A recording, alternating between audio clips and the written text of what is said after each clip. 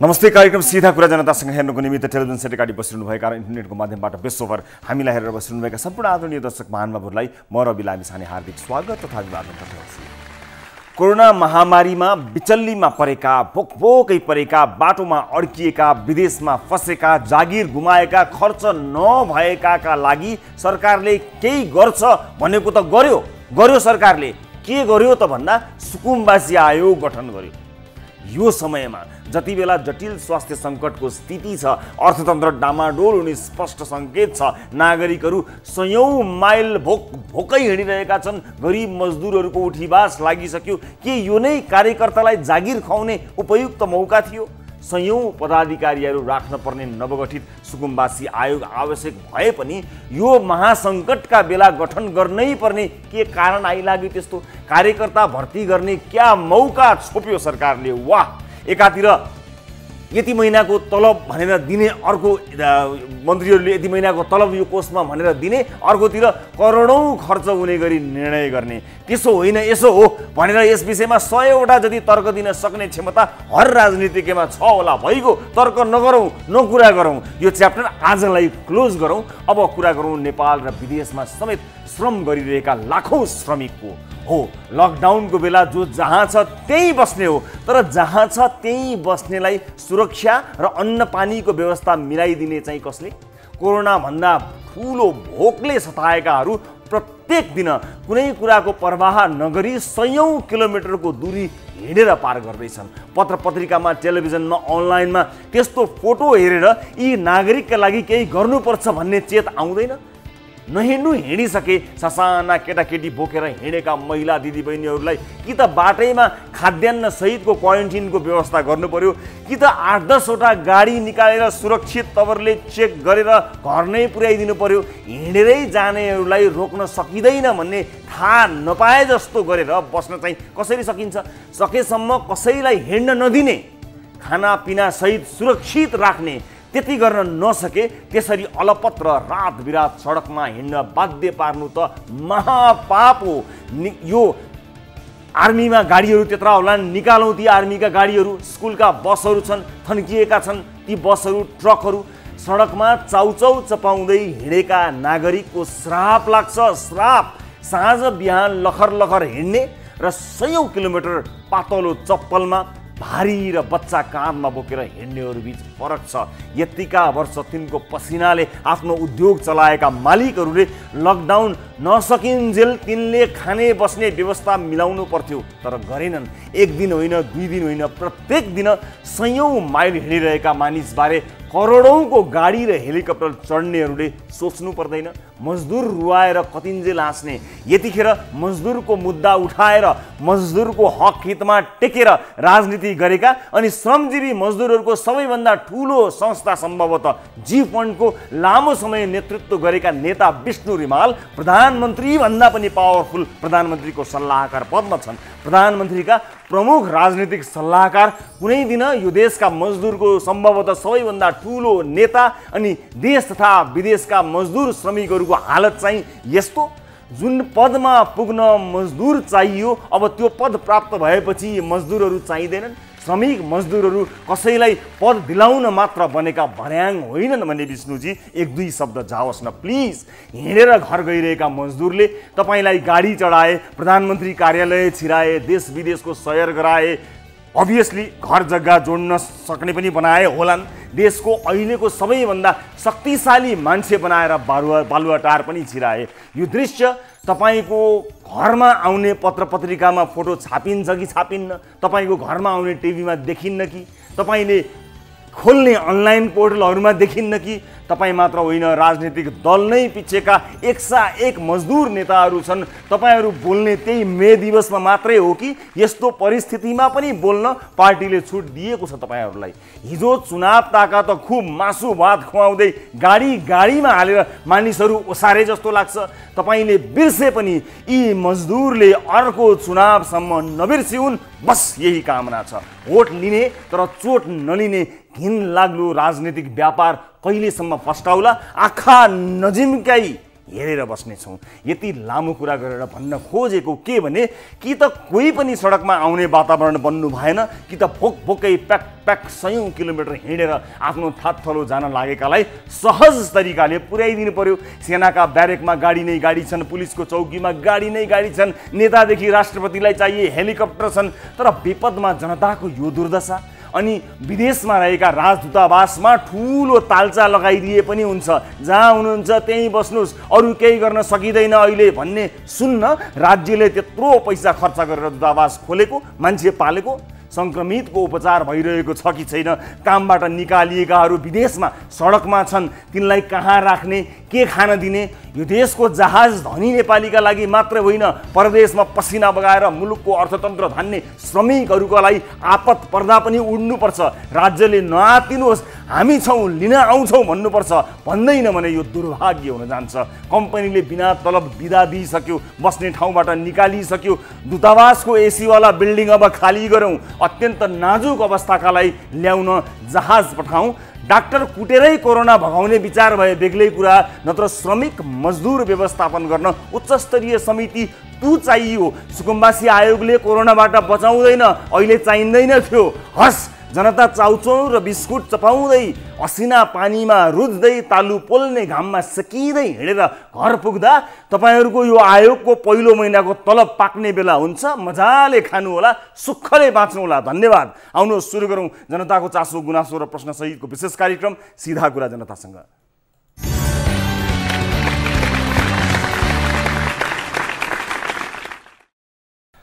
ब्रेकपछि स्वागत छ सम्पूर्ण आदरणीय दर्शक महानुभावहरूलाई कार्यक्रम सीधा कुरा जनतासँगमा। दर्शक महानुभावहरू अर्को एउटा एपिसोडका साथमा उपस्थित भएका छौँ। न्युज 24 टेलिभिजनको स्टुडियोबाट लाइभ विविध विषयमा कुराकानी गर्न गइरहेका छौँ। पछिल्ला केही श्रृङ्खलादेखि कोभिड-19को फेरोभित्र रहेर हामी कार्यक्रम प्रस्तुत गरिरहेका छौँ र आज विभिन्न विषयमा कुराकानी गर्न गइरहेका छौँ। विदेशमा सङ्क्रमित र अलपत्र परेका, अप्ठ्यारोमा परेका नेपाली दाजुभाइ दिदीबहिनीहरूको विषयलाई आज प्राथमिकताका साथ प्रस्तुत गर्दै सम्बन्धित निकायसँग कुराकानी गर्न गइरहेका छौँ। विदेशमा विशेष गरेर खाडी क्षेत्रमा संक्रमण भएर बसिरहेका नेपाली दाजुभाइ दिदीबहिनीहरूले मद्दतका लागि गुहार गर्नुभएको छ। आफ्नो मुलुक आउन पाए हुन्थ्यो भन्ने अवस्थामा हुनुहुन्छ र कतिपय मानिसहरूलाई क्वारेन्टाइनमा राख्ने भनेर लिएर गएर अलपत्र पारिएको छ, बेतलबी छुट्टी दिइएको छ, बस्नका लागि समस्या छ। कोही सडकमा आइपुगेका छन्, दूतावासमा कल गर्दाखेरि जहाँ हुनुहुन्छ त्यहीँ बस्नुहोस् भनिन्छ, तर त्यहाँ कसरी बस्ने, के खाने, अस्पताल कसले लैजाने, खर्च कसले बेहोर्ने, यावत समस्याहरूमा आम नेपाली दाजुभाइ दिदीबहिनीहरू बसिरहनु भएको छ।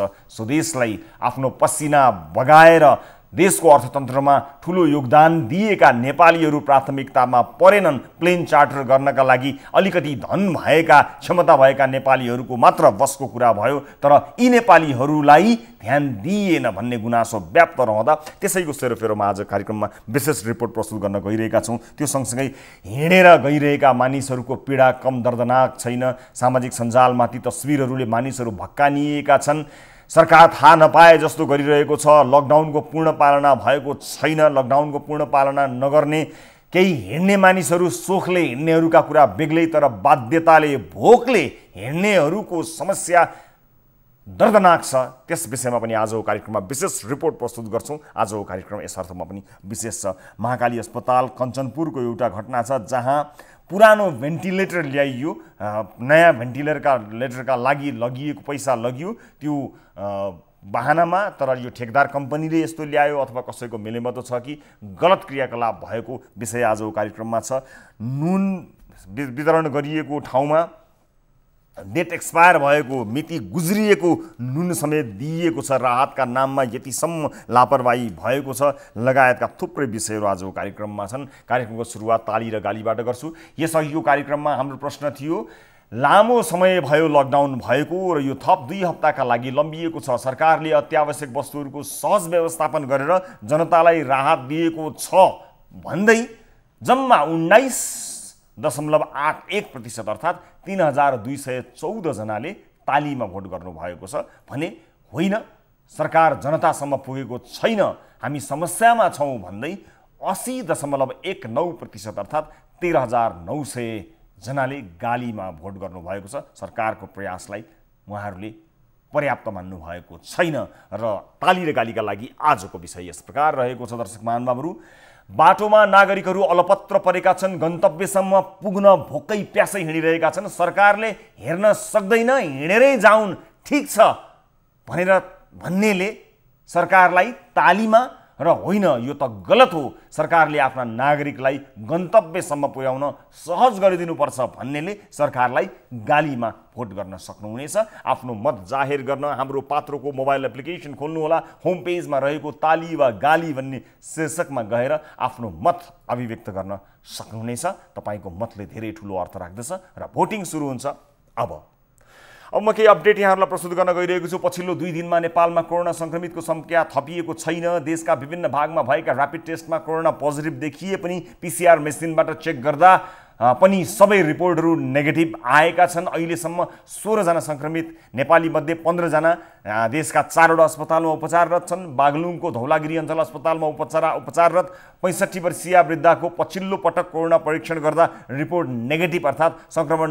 नभएको देखिएको छ। अझै एक पटकको परीक्षणमा रिपोर्ट नेगेटिभ आएमा उनलाई डिस्चार्ज गर्ने अस्पतालको तयारी छ। अन्य संक्रमितको स्वास्थ्य अवस्था स्थिर रहे पनि रिपोर्ट भने पोजिटिभ नै आएको छ। अहिलेसम्म नेपालमा कुल 7240 जनाको नमुना परीक्षण भएको छ भने 16 जनाको मात्रै पोजिटिभ आएको छ। 15 जना उपचाररत छन् भने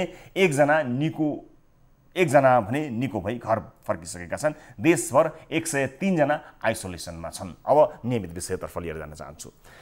नेपालमा कोभिड-19 को संक्रमण 16 जनामा देखिँदा देश लकडाउनमा छ। घर बाहिर निस्कन कडाई छ। अस्पतालमा उपचाररत 15 जनाको स्वास्थ्य अवस्था बारे सबैतिर सर्वत्र चासो छ। नेपालमा मात्रै होइन, विदेशमा रहेका धेरै नेपालीमा कोरोना संक्रमण देखिएको छ। 14 जनाले ज्यान गुमाइसकेका छन्। विकसित देशहरूमा उपचारको राम्रो प्रबन्ध भए पनि करिब 15 लाख हाराहारीमा नेपाली रहेको मलेसिया सहित 6 वटा खाडीका मुलुकहरूमा भने संक्रमित नेपालीको अवस्था भने सोच्नै पर्ने अवस्थामा छ। खाडीमा मात्रै 53 जना संक्रमित छन् भने 1 जनाको ज्यान समेत गइसकेको छ। झन्डै नेपालको 88% श्रमिक रोजगारीका लागि पुगेको खाडीबाट हामीलाई विभिन्न माध्यमबाट प्राप्त भिडियो मेसेज, फोन कलहरूमा संक्रमित व्यक्तिहरूले सुनाएको पीडा अत्यन्तै अत्यास लाग्दो छ। UAE, Saudi, Qatar, Oman, Kuwait, बहराइनमा रहेका नेपालीले कि नेपाल लैजाऊ, होइन भने सम्बन्धित देशमा संक्रमित भएको खण्डमा उपचार गर्ने व्यवस्था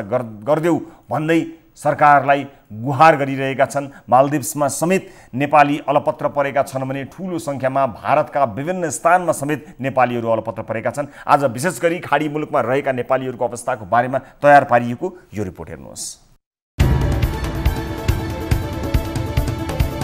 कोरोना भाइरस कोभिड-19 को संक्रमणले नेपालमा जति सन्तास छ त्यति नै त्रसित र संकटमा छन् खाडी मुलुकमा रहेका नेपाली। नेपाल सरकारका मन्त्री, प्रधानमन्त्रीले सम्बन्धित देशका सरकार प्रमुखसँग टेलिफोन संवाद गरेको कुराले उनीहरूलाई खासै असर गरेको देखिँदैन।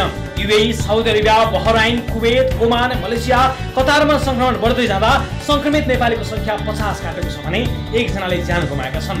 यहाँबाट नेपालीहरूले पठाएको फोन म्यासेज सहितका सन्देश हेर्दा रोजगारीका लागि करिब 15 लाखको संख्यामा रहेका नेपालीको अवस्था दयनीय बन्दै गएको छ। युएई को आबुधाबीमा रहेकी सिन्धुपाल्चोकी सरिता रसाइली सहित उनीसँगै कोठामा बस्ने अर्की एक नेपालीमा कोरोना संक्रमण भएको 1 साता बढी भयो। कम्पनीले अस्पताल पुर्याएर कोरोना परीक्षणपछि सामान्य औषध सहित कोठामा छाडिदिएको थियो। उनीहरूको अवस्था अहिले दैनिक बिग्रिँदो छ। युएईका सबै आकस्मिक नम्बरदेखि उद्धारका लागि राखेका डेस्क मात्र होइन, नेपाल दूतावास सङ्घ संस्थासँग गुहार माग्दा पनि उनीहरूलाई उपचार गराउन कसैले कतै लगेको छैन। हामीलाई धेरै गाह्रो भइसक्यो। धेरै गाह्रो हुँदाखेरि एमबिसीतिर पनि सबैतिर खबर गर्यो, तर एमबिसीहरूले पनि गर्छु भन्छ तर गर्दैन। कम्पनीले पनि केही गर्छु भन्छ तर केही गर्न सकेको छैन। पुलिसहरूलाई पनि भन्यो तर पुलिसहरू पनि आएन। अनि त्यसपछि कति धेरै गाह्रो हुँदा पनि कसैले पनि चासो नदेखाउँदाखेरि चाहिँ धेरै टेन्सन हुँदो रहेछ। आबुधाबीमै रहेका नीलमणि तिमिल्सना पनि अहिले कोरोनाको संक्रमणसँग एक्लै लडिरहेका छन्। कम्पनीले परीक्षण गराएर कोठामा छोडेपछि थप उपचारको वास्ता गर्दैन। स्वास्थ्य अवस्था जटिल बन्दै गएपछि अस्पतालसम्म पुर्याइदिन दूतावास सङ्घ संस्थादेखि आबुधाबीका सबैतिर अनुरोध गरे, तर कतैबाट पनि सहयोग नपाएपछि बन्द कोठामा तातो पानी खाएर कोरोनासँग भिड्दैछन् नीलमणि। कम्पनी क्याम्पले एउटा आइसोलेसन बिल्डिङ सेपरेट गरेर राखेको थियो, जहाँ चाहिँ एउटा कोठामा 10 जना सङ्क्रमित व्यक्तिहरूलाई राख्ने गरेको छ। अहिले पनि हामी यहाँ 10 जना एउटा कोठामा बसिरहेका छौँ। 10 तारिक मेरो रिपोर्ट आइसकेपछि म यसरी यहाँ बस्न थालेँ। 11, 12, 13 तारिकदेखि मलाई सामान्य रूपमा खोकी पनि बढेर गयो, ज्वरो पनि बढेर गयो। खोकी बढे सँगसँगै के हुँदो अलिकति स्वास्थ्यमा निकै नै समस्या आए जस्तो देखिँदो रहेछ। खोकी सँगसँगै मलाई सास फेर्न एकदम गाह्रो हुने, राति भएपछि श्वास प्रश्वासमा एकदम समस्या देखियो। युएईमै रहेका हरि घुरासैनीलाई कम्पनीले सङ्क्रमित भेटिएकै भवनमा राखेको छ। उनीसहित अन्य 10 जनालाई 14 दिनदेखि एउटै कोठामा राखेको छ भने तर कोरोना परीक्षण गरेको छैन। सिङ्गो भवन भरिका व्यक्तिले प्रयोग गर्ने साझा टोयलेट बाथरुम भएको कारण सङ्क्रमणको डरमा छटपटिरहेका छन् घुरासैनी। मेरै रूपमा पनि एकजना नेपाली दाइलाई चाहिँ चेक गरियो र उहाँको रिपोर्ट नेगेटिभ आयो, तर पनि कम्पनीले अझै 14 दिन त्यहीँ बस्नको लागि भनिरहेको छ। जबकि हस्पिटलले नेगेटिभ रिपोर्ट दिँदा पनि जबरजस्ती रूपमा कम्पाउन्डले त्यहीँ राखेको छ र स्थिति एकदम भयावह छ। नेपाल सरकार तथा सरकारवाला निकायसँग चाहिँ म यही निवेदन गर्न चाहन्छु कि जतिसक्दो छिटो हामीलाई नेपाल झिकाउने वातावरण तयार गरिस्। चीनका नागरिक मात्र चीनमा बस्ने विद्यार्थी मात्र नेपाली नागरिक होइन, खाडीमा बस्ने नागरिक पनि नेपाली नागरिक नै हुन्। जतिसक्दो छिटो हाम्रो उद्धार गरिदिनु होला। उनीहरू जस्तै खाडीमा रहेका अधिकांश नेपालीको अवस्था अहिले यस्तै छ। खाडीमा मात्र होइन, कोरोनाकै कारण मालदिप्समा रहेका नेपालीको रोजगारी गुमेको छ भने न नेपाल फर्किन सकेका छन् न त्यहाँ खाना बस्न पाएका छन्। हामी यहाँ 6 दिनदेखि अल्पत्र छौँ। एउटा रुममा हामी करिब 8 जना 7 जना टोली छौँ, अल्पत्र टोली। त्यसमा खानालाई बस्नलाई रुम कुनै पनि हाम्रो व्यवस्था छैन। यो एकदम महँगो सिटी छ। हाम्रो करिब दैनिक $200 खर्च हुन्छ बस्नलाई, खानालाई पनि। त्यही पनि लकडाउनको बेला यहाँ कहीँ पनि खाना यो पाउँदैन। हामी 3 दिनदेखि भोको छौँ र हामीलाई यहाँ नेपाल एम्बेसीले पनि कुनै रेस्पोन्स दिएन। अब नेपाल सरकारले पनि कुन तरिकाबाट के राहत गर्न सक्छ हामीलाई, नत्र हामी यहाँ रोगले भन्दा भोकले मर्न बाध्य छौँ। भारतका विभिन्न सहरमा रहेका नेपालीहरूको अवस्था पनि दयनीय रहेको छ। नेपाल फर्किन भारत र नेपाल दुवैतिर लकडाउन छ भने सीमा समेत लग्छन्, जसका कारण उनीहरू भारतका विभिन्न ठाउँमा सङ्क्रमणको त्रास बोकेर बाँचिरहेका छन्। यता नेपाल सरकारले जो नेपाली जहाँ छ त्यही सुरक्षित रहौँ भन्दै गर्दा विशेष गरी खाडीमा रहेका नेपाली तथा सङ्क्रमितको अवस्था दिनानुदिन असुरक्षित बन्दै गएको छ भने नेपालमा रहेका उनीहरूको परिवारमा बेचैनी र छटपटी बढ्दो छ।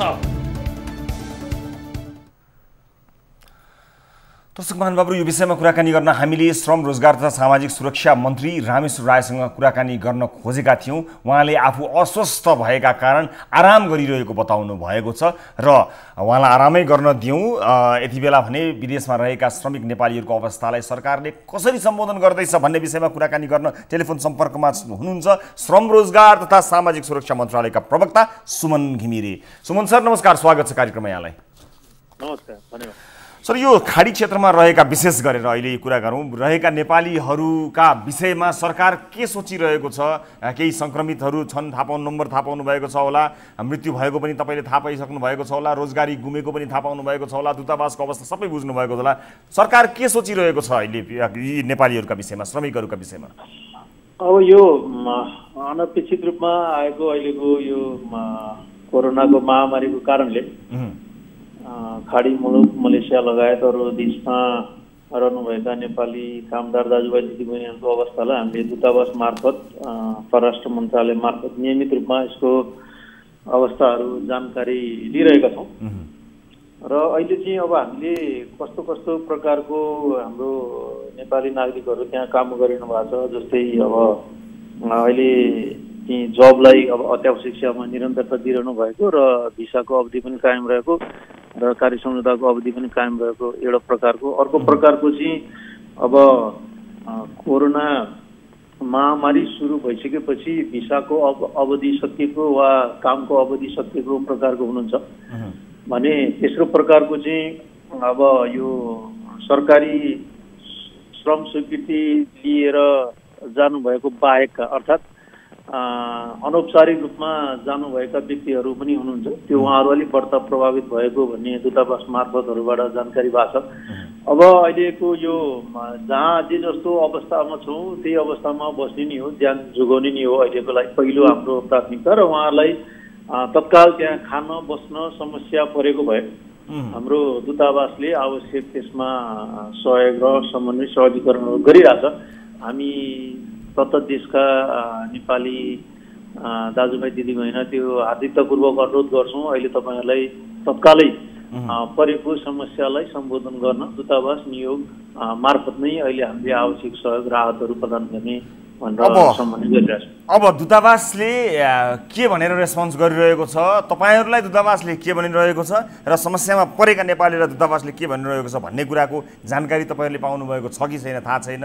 छ होला तर के पाउनुभएको छ मलाई थाहा छैन। तर हामीलाई आएको जानकारी तपाईँलाई बताउँ, दूतावासमा कल गर्दाखेरि अहिले तपाईँहरू जस्तो हुनुहुन्छ त्यसरी सुरक्षित गर्न सक्नुहोस्, अहिले गर्न सक्ने केही पनि छैन भन्नुहुन्छ। म सङ्क्रमित छु, मलाई हेरिएको छैन, कम्पनीले एक ठाउँमा ल्याएर राखिदिएको छ, म बिरामी छु भन्दा पक्रिनुहोस् हामी केही गर्छौँ भन्छ। यो हरेक दिन एउटै चिज दोहोऱ्याउँछ। हामीलाई आएको जानकारी है, केही गर्दैन, भोलि भन्छ, पर्सि भन्छ, केही पनि गर्दैन, जागिरै छोडेर सडकमासम्म आइपुगेका नेपालीहरू छन्। दूतावासको क्षमताभन्दा बाहिरको कुरा हो भने सरकारले भनिदिनु पर्यो, होइन भने यो रोगले भन्दा भोकले मर्ने अवस्थामा मान्छेहरू अब आयो। त्यसले गर्दा कोही मानिस नेपाल आउन चाहन्छन् होला, त्यस्तो अवस्थामा अन्य देशमा जस्तो चाइनाका विद्यार्थीहरूलाई लिन चार्टर्ड विमान गयो। नेपाली त सबै नेपालीहरू हुन्, खाडीमा भएका नेपालीहरू जो एकदमै नाजुक अवस्थामा छन् तिनलाई त स्वदेश ल्याउनका बारेमा पनि केही सोच्नु भएको छ कि, अथवा दूतावासले गरिरहेको क्रियाकलापको तपाईँहरूलाई आएको ब्रिफिङ चाहिँ के छ? हजुर, अब अहिले यो अलि गम्भीर स्थिति, अब दिनका दिन अब यो लकडाउनमा भएको वृद्धिको कारणले पनि अब निश्चित रूपमा नेपालीहरूलाई परेको समस्याले अलि जटिल रूप लिँदै गएको भन्ने हामीले जानकारीहरू पाइरहेका छौँ। अहिले तपाईँले यहाँ टिभीमा देखाए अनुसार पनि हामीले हेऱ्यौँ, स्थिति नाजुकै छ। अब यद्यपि अब समस्यासँग जुझ्ने हो, समस्याको समाधान नै खोज्ने हो, तसर्थ अब हामीले दूतावास मार्फत अब परराष्ट्र मन्त्रालयबाट कूटनीतिक रूपमा त्यहाँ आवश्यक उहाँहरूलाई सहयोग गर्न, नेपाली दाजुभाइ दिदीबहिनीलाई सहयोग गर्न हामीले सबै संयन्त्रहरू परिचालन गरेका छौँ। यसमा अब कूटनीतिक माध्यमको कूटनीतिक रूपमै हामीले जानुपर्ने हुन्छ। हामीले परराष्ट्र मन्त्रालय मार्फत नै समन्वय गरिरहेका छौँ। विदेश गइसकेका नेपालीलाई सर मैले इन्टरप्ट गरेँ, मैले काटेँ, मलाई क्षमा गर्नु होला। यो एकदम युनिभर्सल एन्सर भयो क्या सर, जहाँ पनि ठ्याक्कै मिल्ने एन्सर भयो। हामीले मूर्त कुरा खोजिरहेका छौँ, मानिसहरूको ट्रेसिङ गरेको खोइ कतिजना सङ्क्रमित छन्, सङ्क्रमितहरू कहाँ बसेका छन्, कतिजना छन्, तिनलाई बस्ने व्यवस्था छ कि छैन, जागिरबाट निकालिएका कतिजना मान्छेहरू छन्। सम्बन्धित राजदूतावासले त्यति डाटा पत्ता लगाउन त सक्ला नि।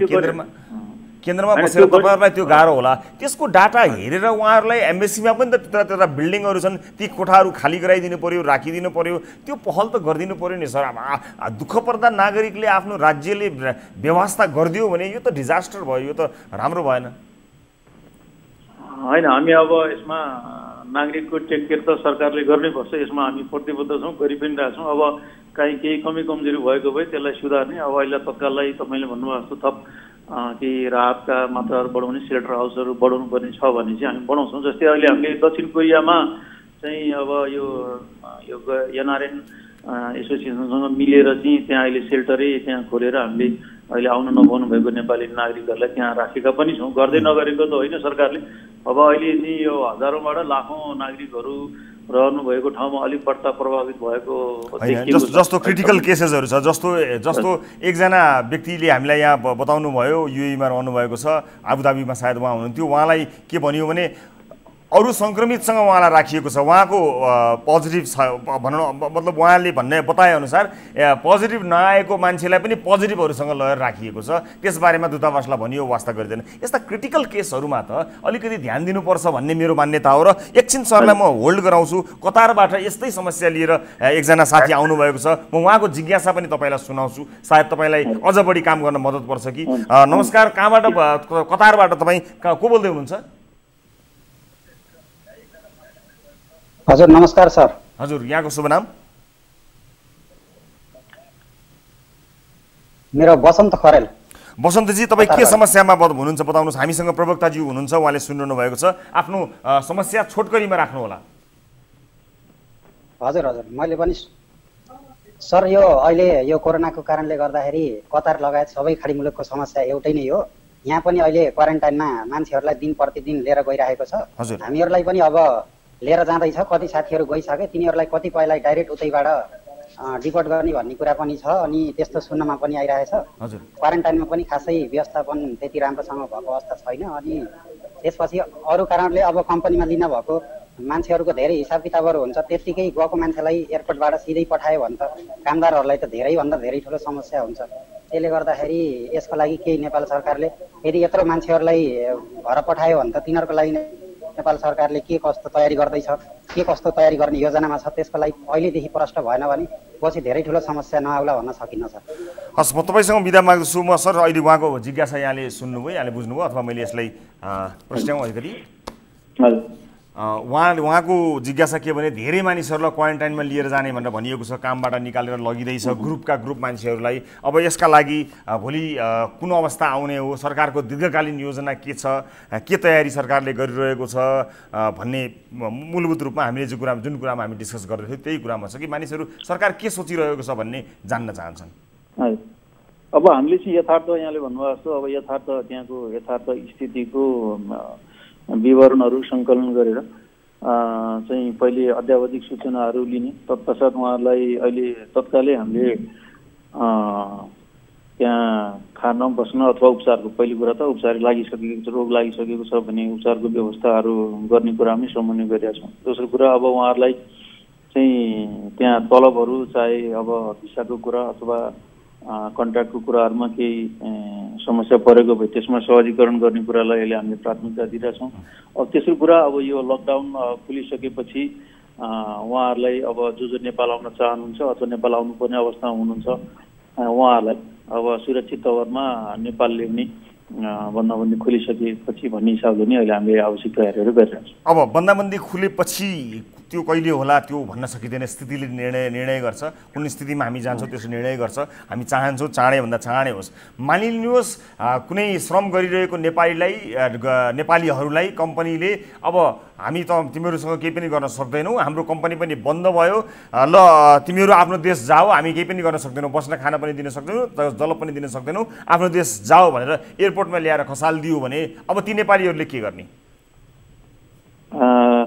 होइन, अब यसरी अहिले यो विषम परिस्थितिमा महामारीको बेलामा चाहिँ अब मानवीय रूपमै मानिसहरूलाई उद्धार र राहतहरू गर्नुपर्ने हुन्छ। जबरजस्ती त गर्ने खालको विश्व स्वास्थ्य सङ्गठन लगायत विश्वव्यापी मानवाधिकारको अवधारणा अन्तर्गत हुन मिल्दैन। त्यो हिसाबले हामीले संवेदनशील रूपमै समन्वयहरू गरिरहेछौँ। त्यसरी एयरपोर्टमा ल्याउने अथवा लाने अथवा त्यो हुँदैन, हामीसँग समन्वय गरेर कतिपय देशले त भनि पनि सके नि श्रम सम्झौता खारेज गर्छौँ, आफ्नो नागरिकलाई लैजाऊ भनेर कतिपय देशले त भनि नै सके नि। यो विषयमा हामीले यसलाई पनि हामीले गम्भीरतापूर्वक लिएर परराष्ट्र मन्त्रालय मार्फतबाट आवश्यक यसमा गृह कार्यहरू सुरु गरिसक्नु भएको छ। मतलब जे भए पनि एउटै कुरा मेक स्योर गर्नु होला सर, हाम्रो यति लामो यो 5-7 मिनटको कुराकानीले एउटा निष्कर्षमा हामी पुगौँ कि विदेशमा अलपत्र भएका नेपालीहरूलाई खान बस्न उपचार गर्नको लागि समस्या हुने छैन। त्यस्तो अवस्था आयो भने सरकारले ल्याउनेछ, आफ्नो देश तपाईँ आउन पाउनु हुनेछ। यो कुरामा हामी कन्भिन्स भएका हौँ सर। हाम्रो यो कुराकानीको निष्कर्ष यो हो।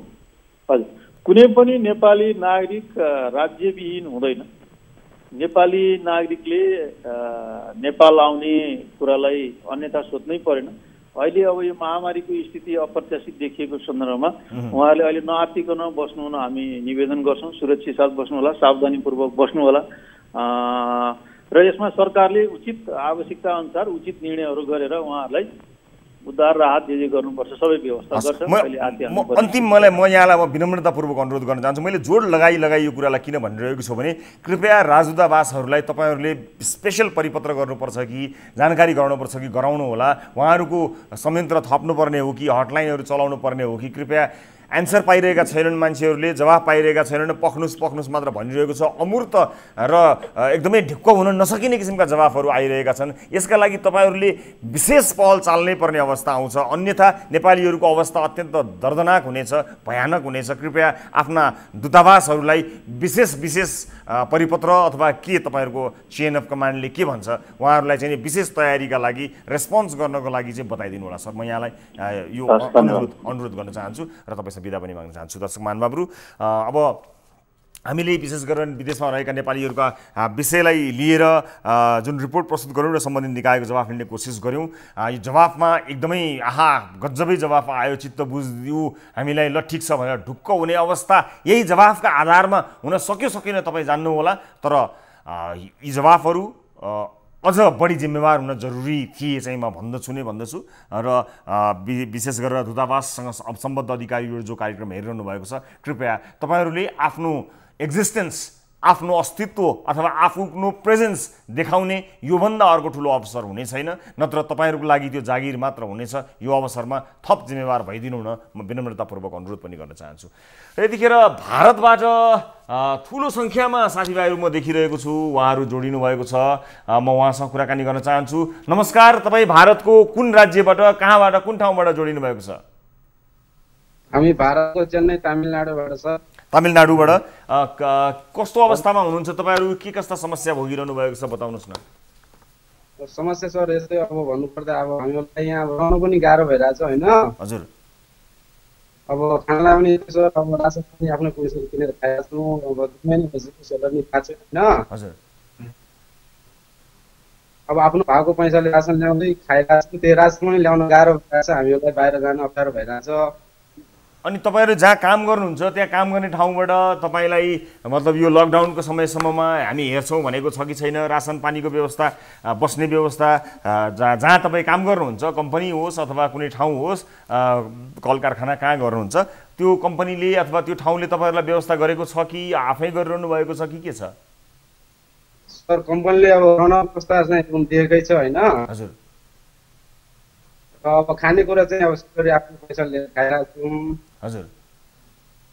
अब सेलरी चाहिँ कम्पनीले दिएछ, अब मालिकले नदिएको हामीले देखेको छैन। म्यानेजरकै उताबाट पैसा माग्दै खाइरहेको छौँ। उसले पनि दिएको छैन होइन। हजुर। अब कतिजना तपाईँ कतिजना हुनुहुन्छ भन्नुभयो तपाईँहरू त्यहाँ? टोटल 35 जना छु सर। अब एउटै रुम छ होइन, यहाँ यति एडजस्ट गरेर बसिरहेको छु। अब बाहिर अब यहाँ कोरोनाको कारण भन्दा नि हामीहरू भोकभोकै मर्ने अवस्था छ, भोकमारीले मर्ने अवस्था आइसकेको छ होइन। हजुर। अनि तमिलनाडुमा विशेष गरेर हुन त अब दूतावास त दिल्लीमा छ, दिल्ली स्थित दूतावासमा तपाईँले सम्पर्क गर्नुभएको छ कि छैन? अनि तमिलनाडुमा नेपालीहरूको सङ्घ संस्था छ कि छैन? अलिकति बताउनुहोस् न। एउटा नेपालको सुदूरपश्चिमी समाज भन्ने थियो, उहाँसँग कन्ट्याक्ट गरेर आज अलिकति रासन दाल चामल चाहिँ सहयोग गर्नुभएको थियो पहल गरेर होइन सर। हजुर। अब सक्दो पहल गरिरहेको छौँ, जहाँसम्म हुन्छ हामी कोसिस गरेकै छौँ। अब धेरै त अब सकेका छैनौँ होइन। अब जहाँसम्म कन्ट्याक्ट हुन्छ त्यहाँसम्म यताउता गरेर पनि हामी गरिरहेछौँ। हजुर।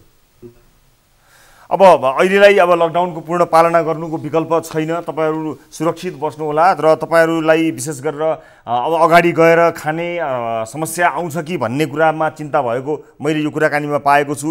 र तमिलनाडुमा रहनुभएका वरपर रहनुभएका नेपाली समुदायको पनि यसैबाट ध्यान आकर्षित गराउन पनि म चाहन्छु। सँगै दूतावासको पनि यसमा गम्भीर ध्यान आकर्षण होस् र जति पनि भारतमा समेत रहनुभएका नेपालीहरूले जुन किसिमको समस्या र पीडा भोगिरहनु परेको छ त्यसलाई लिएर दूतावासले थप कदमहरू चाल्नेछ भन्ने कुरामा पनि हामी विश्वस्त हुन चाहन्छौँ। र विशेष गरेर धेरै सङ्घ संस्थाहरू छन् जसले यस विषयलाई लिएर मद्दत पनि गरिरहनु भएको छ। त्यस्ता सङ्घ संस्थाहरूको पनि ध्यान आकर्षण गराउन चाहन्छौँ। र पक्कै पनि दर्शक महानुभावहरू, जब राज्यले आफ्नो नागरिकका लागि सोच्नुपर्ने भनेकै यस्तै मुस्किल समयमा हो। र फेरि पनि भन्छु, कतिपय मानिसहरू भारतमा अथवा अन्य विभिन्न देशमा बरु हामी नै टिकटको पैसा उठाउँथ्यौँ, आफ्नो पैसा हामी आफै उठाउँथ्यौँ, जहाज पठाइदिए आफ्नो देश आउँथ्यौँ, क्वारेन्टिनमा बस्थ्यौँ, सबै नियमहरू पालना गर्थ्यौँ र त्यसपछि स्वास्थ्य जाँच गरी हामी आफ्नो मुलुक आउन चाहन्थ्यौँ भन्ने मानिसहरू थुप्रै छन्। यस विषयमा पनि सरकारले गम्भीरतापूर्वक सोचोस् भन्ने हामी चाहन्छौँ। र अब आजको अर्को विषयतर्फ लिएर जान चाहन्छु। कोरोना भाइरस नेपालभित्रीसँगै बल्ल सरकार र नेताहरूमा अस्पताल चाहिन्छ, सुविधा सम्पन्न अस्पताल हुनुपर्छ भन्ने चेत अलिकति पसेको हो कि भन्ने मात्रै अनुमान छ। कैलाली र कञ्चनपुरमा कोरोना संक्रमण देखिएपछि सुदूरपश्चिम सरकारले कञ्चनपुरको महाकाली अस्पतालमा आइसियु निर्माण गर्न 1 करोड बजेट विनियोजन गर्यो। अस्पतालले बजेट पाएपछि भेन्टिलेटर सहितका सामग्री खरिदका लागि टेन्डर आह्वान गर्यो र एक कम्पनीले टेन्डर हात पनि पार्यो। कम्पनीले सम्झौता नगरी आइसियुको भेन्टिलेटर सहितका सामान अस्पताल तुरुन्तै ल्यायो। विडम्बना, नयाँ गुणस्तरीय र नयाँ प्रविधि जडित सामान खरिदका लागि जिम्मा लिएको कम्पनीले नयाँ सामानको पैसामा पुरानो खिया लागेको, फोहोर भएको तथा गुणस्तरहीन सामग्री अस्पतालमा पठाएको रहेछ। सङ्कटका समयमा गुणस्तरहीन र पुरानो सामान नजोडौँ कति बेला बिरामी थपिने हुन् र इमर्जेन्सी पर्ने हो थाहा हुँदैन। त्यसकारण सङ्कटमा पनि खरिदमा भएको यो अनियमितता र यो अर्को एउटा नमुना कञ्चनपुरमा देखिएको छ। यो विषयमा कञ्चनपुरबाट टिभी जर्नलिस्ट सुरेश भट्टले पठाएको यो रिपोर्ट हेर्नुहोस्। कञ्चनपुरमा कोरोना भाइरस संक्रमणसँग जुझ्न महाकाली अस्पतालले करिब 54 लाखमा खरिद गरेको आइसियुका सामग्रीमा पुराना तथा खिया लागेको पाइएको छ। कैलाली कञ्चनपुरमा कोरोना संक्रमित भेटिएपछि सुदूरपश्चिम सरकारले महाकाली अस्पतालमा आइसियु स्थापनाका लागि छुट्याएको 1 करोड रुपियाँ अन्तर्गतबाट खरिद गरिएको भेन्टिलेटर पुरानो तथा खिया लागेको परेको अस्पताल समितिले जनाएको छ। 7 दिने टेन्डर चाहिँ आह्वान गरियो। त्यो 7 दिने टेन्डरमा 3टा कम्पनीले त्यहाँ चाहिँ दिएको छ र सबैभन्दा कम गर्ने कम्पनीले त्यो दियो सामान र सामान 24 गते आइसकेपछि हामीले त्यो सामान हेर्न खोज्यौँ र त्यो भेन्टिलेटर हेर्दाखेरि त्यसको बनावटै जुन छ त्यो घिसिपिटिएको पुरानो मोडलको र पुरानो 2015 मोडलको पनि छ। एक अर्को कुरा पुरानो पनि भयो र यो काहीँ न काहीँ युज गरेको र पुरानो भएको भन्ने कुराहरू हामीले चाहिँ थाहा पाइसकेपछि अब यस्तै हो यो भन्ने हिसाबले हामीले पत्रकारहरू हजुरहरू सबैलाई बोलाएर पनि हिजो यो के हो त भन्ने कुरा बुझ्न लगाइयो र त्यो इन्जिनियर कम्पनीकोलाई पनि बोलाइयो। कम्पनीको इन्जिनियरको भनाइ चाहिँ होइन भन्ने छ। तर हामीलाई शङ्का के लागेको छ भने यो चाहिँ पुरानो हो, यो हेर्दै पनि थाहा हुन्छ, हजुरलाई पनि हेर्दा हुन्छ। आरजी सप्लायर्स काठमाडौँले 55 लाखको टेन्डरमा 1,03,000 रुपियाँ कम गरी 53,87,000 रुपियाँमा भेन्टिलेटर सहितका सामान अस्पतालमा उपलब्ध गराएको थियो। कम्पनीले नयाँ सामान उपलब्ध गराउने भन्दै टेन्डर हत्याए पनि अस्पतालमा अहिले फिट हुँदै गरेको सामान भने पुरानो रहेको अस्पतालकी नर्सिङ अधिकृत आकांक्षा सिंह राठौर बताउँछिन्। अस्पतालले उक्त सामान बायोमेडिकल इन्जिनियरबाट चेक जाँच गराएर प्रतिवेदन नै लिएको छ। प्रतिवेदनमा भेन्टिलेटर 2015 मै बनेको, डिस्प्ले र नो 4 भएको, अक्सिजन पाइप पुरानो र 4 रहेको, भेन्टिलेटरको ट्रली तथा व्हिलमा खिया लागेको, ब्याट्री ब्याकअप नपाएको, तोकी अनुसारका अन्य एसेसरिज तथा स्पेयर्स उपलब्ध नगराएको लगायतका कमजोरी उल्लेख गरिएको छ। म्यानुअल पनि भएन। त्यस पछाडितिर सामानहरू हेर्दाखेरि पनि अब नयाँ सामान किन्यो भने त यस्तो सामान त हुँदैन नि त, स्टिकर निकालेर त यस्तो सप्लाई गर्ने होइन नि त। झन् यस्तो क्राइसिस भएको बेलामा त यस्तो पठाउने मान्छेलाई त्यस्तो पठाउने होइन नि त। हेर्नु हेर्नु यस्तो छ, यस्तो प्लस यो कलरहरू पुरै फेड हुँदै गइरहेको छ क्या यो। यता अस्पताल र सामान उपलब्ध गराउने कम्पनी बीच सम्झौता नै नभई सामान अस्पताल पठाइएको पाइएको छ। कम्पनी म्यानेजर ज्ञानशङ्कर देवले भने लकडाउनका कारण आफूले समेत सामान हेर्न नपाएको बताउँदै ओसार पसार गर्दा केही समस्या देखिए पनि सामान नेपालमा 2019 मा आएको र प्रयोग नभएको सामान रहेको दाबी गरे। पछि मैले बुझ्दाखेरि हाम्रो बायोमेडिकलसँग पनि बुझेँ, उता पनि बुझेँ, सामान इम्पोर्टरसँग पनि कुरा गरेँ मैले, तपाईँले कुन सामान पठाउनु भयो भनेर। किनकि अब त्यो बेला मैले ऊ पनि गर्न पाएको थिएन, सामान हेर्न पाएको थिएन। अनि इम्पोर्टरसँग हस्पिटलसँग पनि मैले सोधेको थिएँ के गर्नुभयो सर भनेर। होइन सामान कुरा होइन, सामान यहीँ गयो हो, अनयुज सामान नै हो। त्यो मेसिनबाट पनि चेक गरेर 2 घन्टा मात्र चलेको पनि देख्यो। पुरानो टाक हुने रहेछ सर, त्यो युज नभएको हो। तर यो ट्रान्सपोर्ट आउट गर्दा स्क्र्याचहरू धेरै भएको थियो 3 दिन ट्रान्सपोर्टले गर्दा। मैले पनि थाहा थिएन यो सामान के रहेछ। पछि मैले बुझ्दाखेरि सामान चाहिँ यहीँ हो, अनयुज सामान हो। यो सेप्टेम्बर 2019 मै इम्पोर्ट भएको नेपालमा पनि। 2015 कै मोडल, 2015 कै डिसेम्बरकै मोडल रहेछ। तर नेपालमा आउँदाखेरि त 2019 सेप्टेम्बरमा आएको हो। अहिले अस्पतालमा 31वटा आइसोलेसन वार्ड बनाइएको भए पनि 2वटा भेन्टिलेटर समेत जो अवस्थामा छन्। आपतकालीन अवस्थामा अस्पतालले लाखौंमा खरिद गरेको सामानमा समेत नयाँ मूल्यमा पुरानो सामान खरिद गर्ने खरिदेकाई तथा सामान उपलब्ध गराउने कम्पनीमाथि छानबिन गरी कारबाही गर्नु आवश्यक देखिन्छ।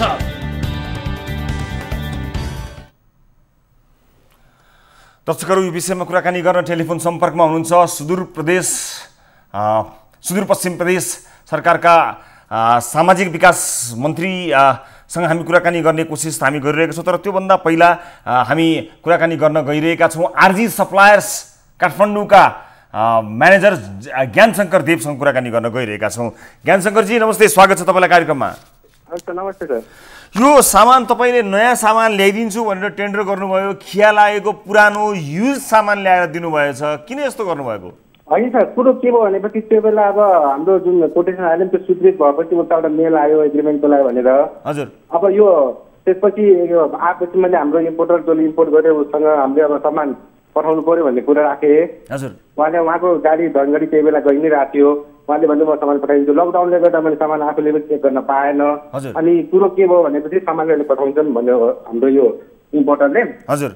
अनि त्यसपछि बायोमेडिकल हाम्रो जान्छ, त्यसपछि सबै फिट हुन्छ। अनि त्यो भएपछि त्यसपछि एग्रिमेन्ट गर्ने भन्ने कुरो गएर सामान पठाएको।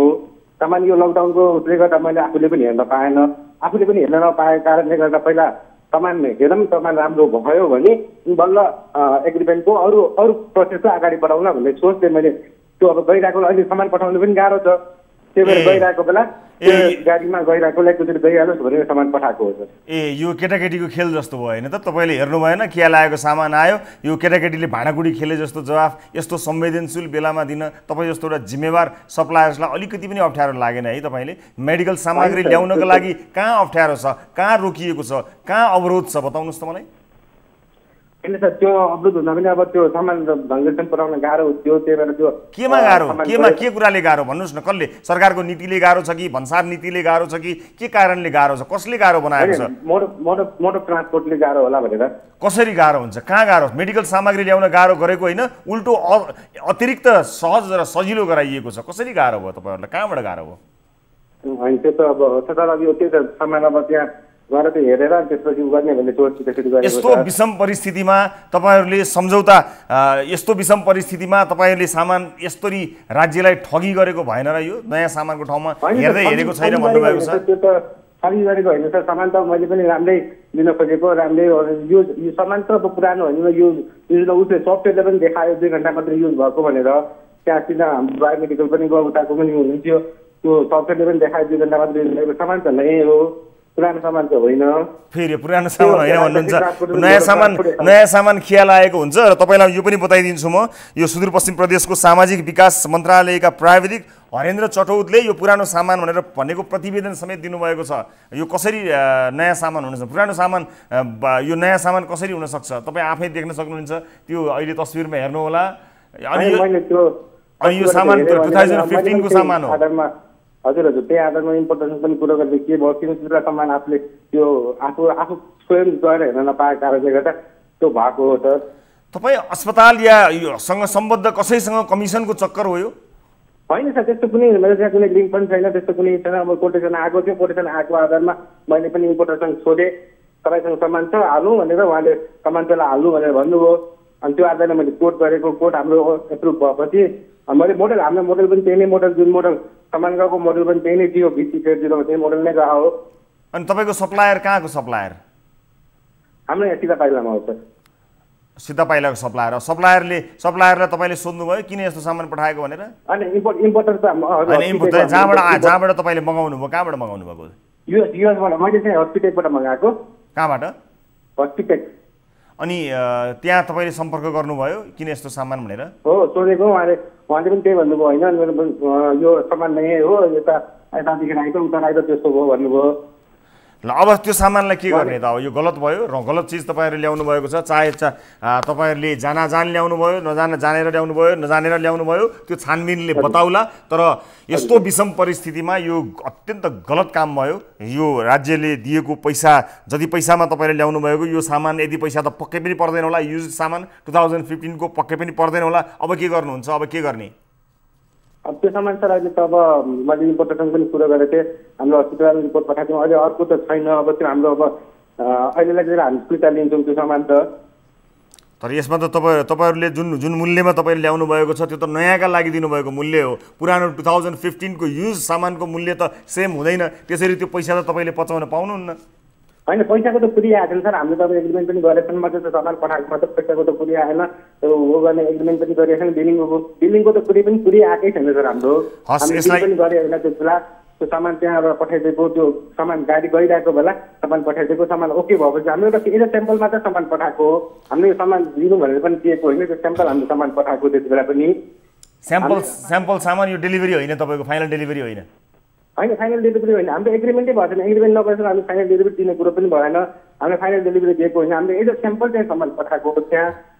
अब यस्तो फुल सेट स्याम्पल यसरी, मतलब फुल सेट यसरी सेकेन्ड ह्यान्ड स्याम्पल पनि पठाउँछ र खै अब तपाईँलाई थाहा होला है यो कुरा। यो त बडो हास्यास्पद कुरा हो। एउटा युज भेन्टिलेटर नै स्याम्पल पठाइदिने भनेको त यो त बडो अनौठो कुरा बताउनु भयो तपाईँले। खैर हुन सक्ला, त्यो त तपाईँ कुरो त होइन। त्यो अब घरको स्टक मैले पनि अब त्यसलाई एक्ज्याक्टली अब त्यो उसमा आफूले हेर्न पाएन, त्यो नपाएको कारणले गर्दा चाहिँ मैले अब उहाँसँग भरेर नै टेन्डर भरेको थियो, सोधेर उहाँले स्टक त भन्नुभयो थियो, अब स्टक होला भनेर। तर म तपाईँसँग अहिले बिदा माग्छु समय अभावले, तर यसो भनेर तपाईँले सुख चाहिँ पाउनुहुन्न र पाउनु हुँदैन। भन्ने चाहिँ म जानकारी पक्कै पनि गराउँछु। सम्बन्धित निकायले यसलाई छानबिन पक्कै पनि गर्ला। दर्शकहरू यतिखेर ब्रेकको बेला भएको छ। ब्रेकपछि अन्य विषय लिएर प्रस्तुत हुन्छ। विशेष गरेर हिँडेर आफ्नो थाकथलो पुग्न हिँडेका नागरिकहरूको पीडा दर्दनाक छ, त्यस विषयको एउटा विशेष रिपोर्ट बाँकी नै छ। तर त्योभन्दा पहिला ब्रेक।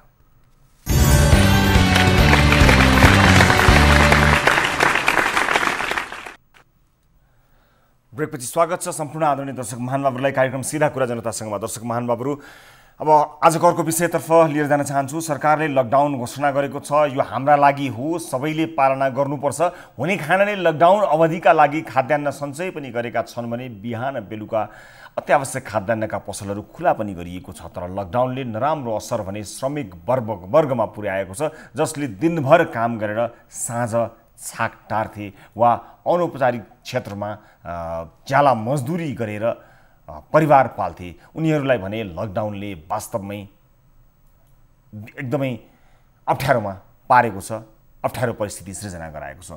श्रम गर्नु सबै बन्द छ। सरकारले श्रमिकका लागि दिने भनेको राहत लिन जाँदा आफ्नो मात्रै होइन, घरबेटीको समेत नागरिकता खोज्छ। यस्तो अवस्थामा शहरी क्षेत्रमा मर्नु न बाँच्नु भएर बस्नुभन्दा हजारौँ माइल पैदल हिँडेरै भए पनि आफ्नै घरमा पुगेर सुस्ताउने बाटो लागिरहेका धेरै मजदुरहरूलाई भेटी हाम्रा टिभी जर्नलिस्ट अनिल ढुङ्गेलले एउटा रिपोर्ट तयार पारेका छन्। आउनुहोस् पहिला यो रिपोर्ट हेरौँ र त्यसपछि यसबारे केही कुराकानी गर्नेछौँ। यो रिपोर्ट हेर्नुहोस्। सरकारले कोरोना संक्रमण नियन्त्रणका लागि वैशाख 11 गतेबाट सुरु गरेको लकडाउन अहिले चौथो हप्तामा चल्दैछ। लकडाउनबाट सबैभन्दा बढी मारमा श्रमिक वर्ग परेका छन्। बिहान दिउँसो काम गरेर साँझ चुलो बाल्ने उनीहरू सरकारले लकडाउन हुनु 2 दिन पूर्व नै जानकारी गराए पनि अधिकांशले लकडाउन लम्बिएला भन्ने सोचेनन्। लकडाउनको 2 सातासम्म दुःख जिलो गरेर गुजारा गरेका उनीहरू लकडाउन लम्बिएपछि पैदल घरतिर लागेका छन्। अहिले काठमाडौँबाट बाहिरिने मुख्य तथा साना नाकाहरूमा दैनिक ठूलो संख्यामा मानिस झोला बोकेर पैदल गन्तव्यतिर लागेका छन्। द्रुतमार्ग निर्माणमा खटिएका मजदुर बिहीबार बिहान हेटौँडाबाट कैलाली कञ्चनपुर पैदल जाँदै थिए। काम रोकिएको बेला ठेकेदारले दिएको रासन पनि सकियो अनि टहरो बनाएको पाल हावाहुले उडाएपछि जे जस्तो भए पनि घरमै पुगे बाँचिएला भन्दै पैदल हिँडेको बताउँदै थिए। 4 हप्ता भयो, 4 हप्ता बसेर कामधाम छैन, ध्याडी गरेर मजुरी गरेर खाने मान्छे होइन। हामीलाई मजुरी खजुरी केही मिलिरहेको छैन। उता त्यहाँ पनि बस्नलाई पनि त्यस्तै छ। त्रिपालमा बसेको थिएँ, हावाहुरी आएर त्यहाँ पनि उडायो। फेरि 4 हप्ता भइगयो, घरतिर पनि कामको टाइम आइसक्यो। अझ कति दिन लम्बिने हो, त्यही भएर हामी हिँड्न लाग्यो। हामीसित खाने साधन छैन, रहने साधन छैन। अब कहाँ जाने के गर्ने, त्यही अल्पत्रमा पर्यो। अब तपाईँ के काम गर्नुहुन्थ्यो यहाँ? हामी फास्ट ट्र्याकमा रोड बनाइरहेको थियौँ। घरमा पुर्याइदिने, हाम्रो जहाँ जहाँ हाम्रो घर बद्री जिल्लाको पुर्याइदिने सरकारले 16-17 दिनमा घर पुग्ने आशामा हिँडेका उनीहरूलाई दिनमा नखाने टुङ्गो छ, न राति कहाँ पुगेर बास बस्ने टुङ्गो छ। पहिलाले पुगाइदियो नि हामीलाई त्यहाँबाट हेरेर पनि जान सकिन्थ्यो, त्यो अप्ठ्यारो थिएन। अब यहाँबाट त धेरै अप्ठ्यारो हुने के खाना छैन, के छैन। काम गर्दै थियौँ, काम बन्द भइहाल्यो यो लकडाउनले गर्दाखेरि। त्यसपछि कम्पनीवाला पनि भागेर कता गए कोही थिएन। त्यहाँ रोडमा त्रिपाल हालेर बसिरहेको थियौँ, त्यो पनि हावा उड्याएर उडाएर लग्यो, रासन भिजाइदियो। दिगदार लागेर हामी त हिँडेको अल्पत्रमा छौँ सर। हाम्रो केही छैन, अब भविष्य छैन जस्तो लागिहाल्छ। हेटौँडाबाट 8-10 दिनको पैदल बाटो आकलन गरेर खोटाङ जान लागेका अर्का मजदुर टोलीको पीडा पनि उस्तै थियो। लकडाउन खुल्ला भन्ने आशामा बसेका उनीहरू लकडाउन लम्बिने सङ्केत पाएपछि घर परिवार पनि आत्तिन थालेको अनि यता रासन पनि सकिन लागेपछि हिँडेरै जाने कष्टकर उपाय रोजेको बताउँछन्। खाना व्यवस्था के छैन, रासन पानी पनि त्यतिकै छ। अब हामीले जिउनु बाँच्नु नै अब बाटोमा मरिन्छ, घर पुगे नि मरिन्छ।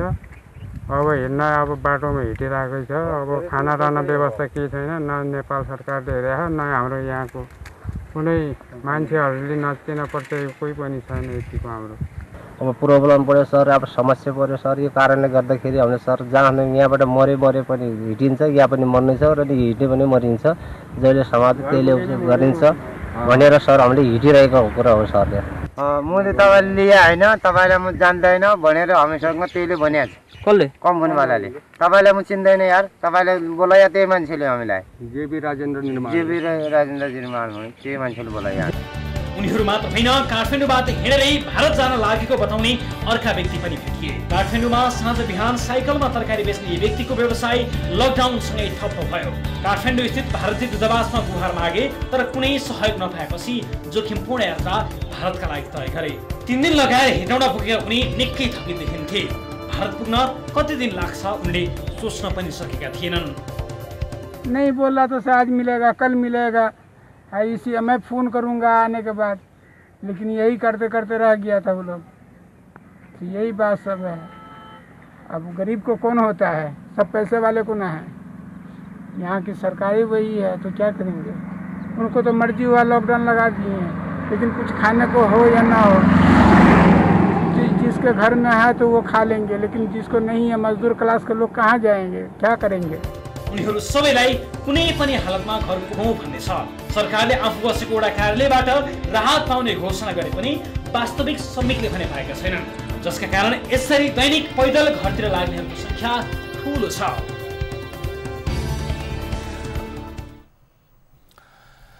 दर्शकहरू, यो विषयमा हामी कसैलाई प्रश्न गर्दैनौँ, किनकि यिनै श्रमिकको भोट लिएर जिन्दगीभर श्रमिकको आवाज बोल्छु भनेर चुनाव जितेका मानिसहरू सत्तामा छन्, प्रधानमन्त्रीका सल्लाहकार पनि छन्, अनि हरेक दिन रेडियोमा यिनै श्रमिकको आवाज सुनेका छन्, पत्र पत्रिकामा यिनको बारेमा कथाहरू पढेका छन्, टेलिभिजनमा हामी लगायत सबैले देखाइरहेका छौँ, हेरिरहेका छन् टेलिभिजनमा। बस केही गर्ने चाहना भए यी तस्बिरहरू आफै पर्याप्त छन्। यदि भोट माग्न जाँदाको आफ्नो अवस्था सम्झिने हो भने यी तस्बिरहरू पर्याप्त छन्। यस्ता दर्दनाक कथाहरू सञ्चार माध्यममा बारम्बार देखाइरहनु पर्ने आवश्यकता नै पर्ने थिएन। तर जहाँ पनि जताततै छताछुल्ल देखिरहँदा पनि यसरी दुःख पाएर हिँडिरहेका नागरिकहरूको पीडालाई सम्बोधन गर्न छोडेर देशका हजारौँ लाखौँ गाडीहरू कुनै ग्यारेजभित्र थन्काएर राखिएको छ। बाटोमा अलपत्र परेका मानिसहरू चप्पल खियाउँदै, जुत्ता खियाउँदै टन्टलापुर घाममा असिना पानी सहेर यात्रा गरिरहेका छन्। यिनै मानिसको भोट लिएर आज आफू चढ्ने गाडी र बस्ने घर भने अनुसारले तातो र चिसो हुने बनेको छ। तर यिनको पीडा ऐन मौकामा सुन्ने साहस कसैले गरिरहेका छैनन् आजसम्म। त्यसकारणले आज यस विषयमा कसैसँग केही कुराकानी गर्ने पक्षमा हामी छैनौँ। हामी निरन्तर रूपमा यस्ता नागरिकहरूको पीडा देखाइरहनेछौँ। हेर्नु छ त्यो कठोर ढुङ्गो चाहिँ भएको मन कुनै दिन त पक्कै पनि पग्लेला र आफूले भोट लिएर आफूलाई आलिसान जिन्दगी दिने यी नागरिकहरूको बारे अलिकति पनि सोच्न बाध्य हुनेछन् केही मानिसहरू। अब आजको अर्को विषय, अहिले राहत कस्ता व्यक्तिले पाउने भन्ने हो भन्ने अथवा कसले पाउनुपर्ने होइन भन्ने निकै एउटा कन्फ्युजन, एउटा अर्कै किसिमको माहौल देखिएको छ। गाउँमा पनि राहत वितरण अलि बढी देखावटी फेसन जस्तै भयो कि जस्तो पनि देखिएको छ। जुम्लामा पनि सरकारले घोषणा गरे अनुसार नै गाउँपालिकाले राहत वितरण गर्यो। अन्यत्र दाल चामल सहित एक पोका नुन दिने प्रक्रिया भए पनि जुम्लामा दाल चामल भन्दै निकै धेरै प्रति परिवारलाई 25 पोका नुन राहत स्वरूप दिएको थियो। 25 पोका नुन राहत स्वरूप प्रति परिवारलाई दिएको थियो। यो नुन राम्रो गुणस्तरीय भएर यति धेरै दिएको भने होइन रहेछ, किनभने यति धेरै नुन दिँदाखेरि त किन दिइएछ भन्ने लाग्न सक्छ।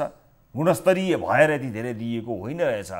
जुम्ला स्थित साल ट्रेडिङबाट गाउँपालिकाले खरिद गरेको नुन त 2 वर्ष पहिले नै म्याद गुज्रिसकेको रहेछ। जुम्लाबाट टिभी जर्नलिस्ट मोहन विक्रम साईले पठाएको यो रिपोर्ट हेर्नुहोस्। लकडाउनको समयमा जुम्लाको हेमा, सिन्झा र कन्का सुन्दरी गाउँपालिकाका 2300 घरधुरीलाई प्रति परिवार 25 प्याकेटका दरले केही दिन अघि आयो नुन वितरण गरियो। तर उक्त नुनको 2 वर्ष अघि नै म्याद सकिएको थियो। उक्त नुनका प्याकेटमा उत्पादन मिति 2016 र 17 उल्लेख गरिएको छ र उत्पादन भएको मितिबाट 2 वर्षसम्म मात्रै खान योग्य हुने सोही प्याकेटमा उल्लेख गरेको छ। प्याकेटमा लेखिएको मिति अनुसार उक्त नुन उत्पादन भएको 4 वर्षभन्दा बढी समय भएको छ। तर जुम्लामा भने सोही म्याद सकिएको नुन राहतका रूपमा वितरण गरिएको छ। यो नुन पनि 25 पोका दिएको छ। 25 पोका पनि 16 र 17 को डेट छ। यो 2016 र 2017 को डेट छ।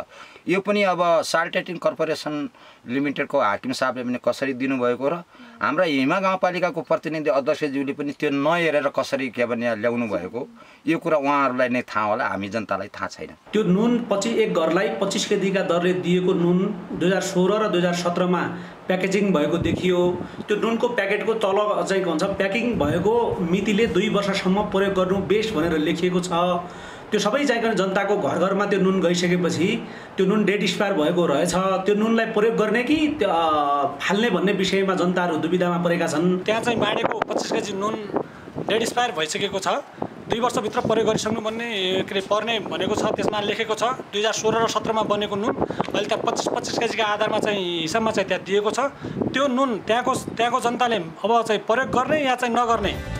गाउँपालिकाले उक्त नुन साल्ट ट्रेडिङ कर्पोरेसनको नाराकोट डिपोबाट खरिद गरेको थियो। नुन खरिद गर्नु अघि नै तिनै गाउँपालिकाका अध्यक्ष र साल्ट ट्रेडिङका पदाधिकारी बीच भएको छलफलका क्रममा गुणस्तरबारे प्रश्न गरियो, तर साल्ट ट्रेडिङका पदाधिकारीले नुन गुणस्तरीय भएको बताएकाले नुन खरिद गरेको सिन्जा गाउँपालिकाका अध्यक्ष देवल सिंह रावल बताउँछन्। यहाँ सिजा गाउँपालिका हामीले साल्ट ट्रेडिङको हाकिम साहबलाई बोलाएर हाम्रो एउटा कार्यपालिकाको मिटिङमा यो नुन लायक छ कि छैन, यो नुन कति छ, नुन जुन्तालाई पुग्छै पुग्दैन 3टा गाउँपालिका सिजाको सिजा हिमा र कनका सुन्दरीलाई भन्दा उहाँले के भन्नु भने प्रशस्तै नुन छ हामीसँग जति पनि छ नुन। अनि मैले डेट एक्सपायर छ कि केही छ कि हाकिम साहब भन्दा उहाँले के भन्नु भने यो डेट चाहिँ हुँदैन, यसको चाहिँ के अरे यो आयोडिन उडेको छैन, प्याकेट फुट्यो भने आयोडिन उठ्छ नत्र उठ्दैन, डेट एक्सपायर भएर नुन खान केही फरक पर्दैन भनेर हाकिम साहबले मलाई भन्नुभएको हो। म्याद सकेको नुन बेचेको सरकारी संस्था साल्ट ट्रेडिङले भने गल्ती स्वीकार गर्नुको साथो नुनको गुणस्तर जाँच गराउन आफू तयार रहेको र नुनको गुणस्तरमा शंका लाग्नेले प्रयोग नगर्नु हुन भन्दै हेमा गाउँपालिकालाई पत्र काटेको छ।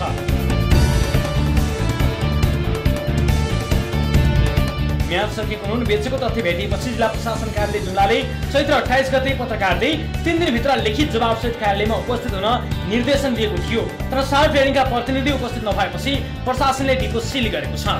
जान म्याद गुज्रिएको नुन बेच्ने अनि गुणस्तर जाँच गर्न तयार रहेको भन्दै हक्की देखाउने साल्ट ट्रेडिङ कर्पोरेसनले जनताको स्वास्थ्यमाथि गम्भीर खेलवाड गरेको देखिन्छ। दर्शक महानुभावहरू, मिति गुज्रिएका सामानहरू तह लगाउने मौका बनेको छ कसैका लागि यो लकडाउन, कसैलाई खिया लागेका पुराना सामान दिने मौका बनेको छ यही लकडाउन। नबनोस् पनि कसरी राज्यको माथिल्लो निकाय नै कमिसनको चक्करमा जनताको स्वास्थ्यसँग खेलवाड गर्दै कयौं बढी मूल्यमा सामानहरू खरिद गर्न तल्लीन भएको छ। यस्ता कयौं खरिदहरू होलान् जहाँ कमिसनका कयौं चक्करहरू छन् होला। जनता स्वास्थ्यमा सचेत भएका बेला आफ्नो ज्यान प्राण बचाउन, ज्यान धान्न आछु परेर बाँचिरहेका बेला, घरभित्रै बन्द भएका बेला कसैका लागि अनियमितता गर्ने, कमाउने, कमिसनको जोहो गर्ने क्या सुवर्ण अवसर जुरेको छ। खैर, आजका लागि यी विषयहरूको प्रस्तुतिलाई यहीँ बिट मार्छौँ। अर्को कार्यक्रममा विभिन्न अन्य विषयसहित यहाँहरू समक्ष प्रस्तुत हुन्छौँ। दर्शक महानुभावहरू, आगामी कार्यक्रमदेखि अन्य विषयमा समस्या परेका दर्शकहरूका लागि पनि कार्यक्रममा रिपोर्टहरू प्रसारण गर्ने बारेमा हामीले सोच बनाएका छौँ र तपाईँसँग भिडियो कलहरू मार्फत आफ्ना समस्याहरू लिने सन्दर्भमा हामी हाम्रो तयारीहरू गरिरहेका छौँ। यसबीचमा विभिन्न किसिमका ठगी लगायतका समस्यामा पर्ने दर्शकहरूको गुनासो पनि हामीलाई यथेष्ट मात्रामा आएको छ। यसर्थ हामी कोसिस गर्नेछौँ आगामी कार्यक्रमहरूमा त्यस्ता विषयहरूलाई पनि कार्यक्रममा समावेश गरी आम जनजीवनलाई मद्दत गर्ने कोसिसलाई जारी राख्नेछौँ। थप न्युजका लागि हाम्रो वेबसाइट www.news24nepal.com मा जानुहोला। साथै हामीलाई युट्युब, फेसबुक र ट्विटरमा पनि फलो गर्न सक्नुहुनेछ। हाम्रो पात्रोको मोबाइल एप्लिकेसनमा गई गाली र ताली शीर्षकमा आफ्नो अमूल्य मत जाहेर गर्नुहोला। कार्यक्रम सिधा कुरा जनतासँगको आजको श्रृङ्खलाबाट सम्पूर्ण युनिटका साथमा 10 औँला जोडेर नमस्ते, रवि लामिछानेको।